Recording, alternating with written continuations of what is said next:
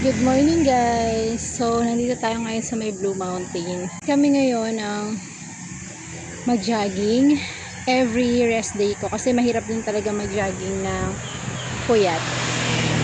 So, since rest day ko, mag-start kami ng mag-jogging. Two consecutive days yon. So, ayan. Wala akong microphone. Nakalimutan akong magdala ng microphone.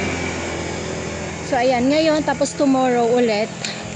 Hindi pa namin alam kung sa sports center. Pero dito ko kasi napiling mag-jogging ngayon kasi bukod sa libre, syempre walang parking, walang entrance.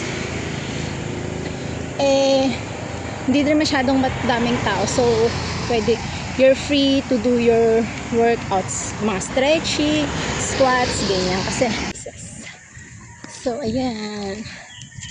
Yung kasama ko, isang round pa lang hiningal na siya. So, ayan. Say hi to our vlog. Hindi.